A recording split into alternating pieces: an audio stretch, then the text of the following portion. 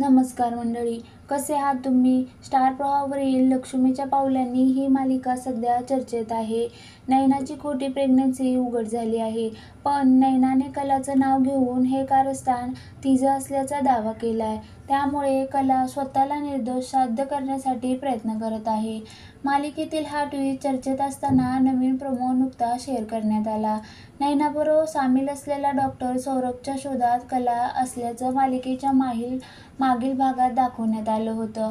पण प्रोमोमधील ट्विस्टने सगळ्यांचीच मनं जिंकली.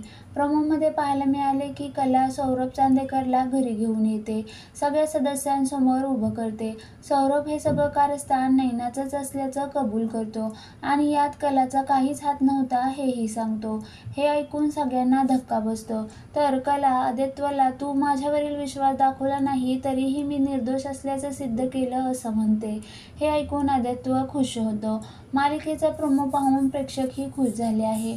मस्तच, आपल्यावर झालेला अन्याय सहन करायचा नाही, मग तो सख्या बहिणीचा असो, सासूचा असो, त्यात नवरा पाठीशी असो किंवा नसो, सिरियल बघावीशी वाटते.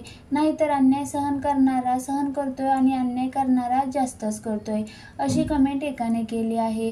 तर एकाने आता तरी सरोजने कलाला सून म्हणून स्वीकारायला पाहिजे, अशी कमेंट केली आहे. स्टार प्रवाहावरील इतर सगळ्या शोपेक्षा लक्ष्मीच्या पावलांनी हा शो उत्तम आहे.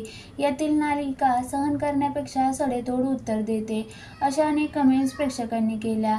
तर एकाने लिहिले, इतर मालिकांमध्ये असं कथानक का नाही दाखवत? इतक्या नायिका सक्षम नाहीयेत का? असा प्रश्न केला आहे. नयना आता काय करणार? सरोज आता तरी कलाला सून म्हणून स्वीकारणार का? या प्रश्नांची उत्तरं मालिकेच्या आगामी भागात